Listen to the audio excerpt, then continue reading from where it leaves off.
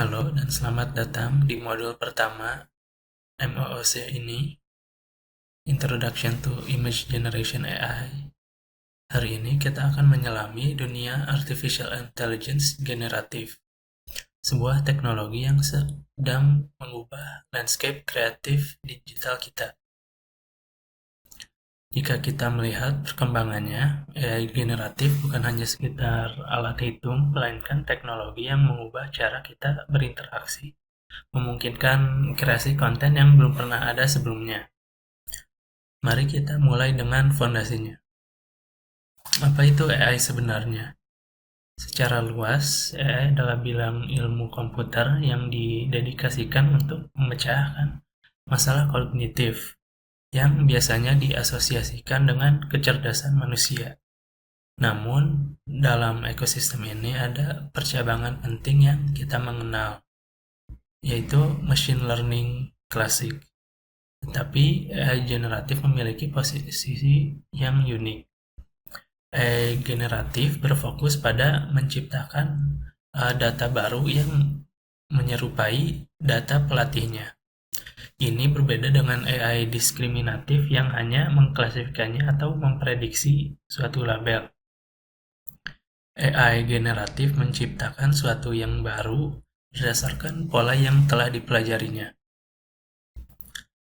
Lintas modalitas dan kekuatan utama AI generatif terletak pada kemampuan bekerja lintas modalitas. Apa artinya ini? Artinya AI ini tidak hanya terbatas pada satu jenis media. AI ini dapat berupa teks yang AI dapat menulis puisi hingga artikel berita yang koheren dan kontekstual. Bisa juga gambar yang hanya diberikan deskripsi teks. AI dapat merevolusi desain grafis dengan menghasilkan visual yang menakjubkan. Bisa juga dalam audio yang kita sekarang bisa menciptakan musik, efek suara, atau bahkan meniru suara manusia secara realistis. Bisa juga AI kini mampu menghasilkan klip video dan animasi, buka jalan bagi produksi media yang lebih efisien. Lalu, apa perbedaan AI yang diskriminatif dengan yang generatif? Mari kita masuk ke konsep teknis yang sangat penting, perbedaan antara kedua model ini. Sebagai contoh, bayangkan Anda memiliki tumpukan foto kucing dan foto anjing. Model diskriminatif bertugas untuk membedakan dan memprediksi label. Ia mencari batas keputusan atau decision boundary. Apakah ini gambar anjing atau ini gambar kucing? Sebaliknya, model generatif bertujuan memahami distribusi data itu sendiri. Ia tidak hanya membedakan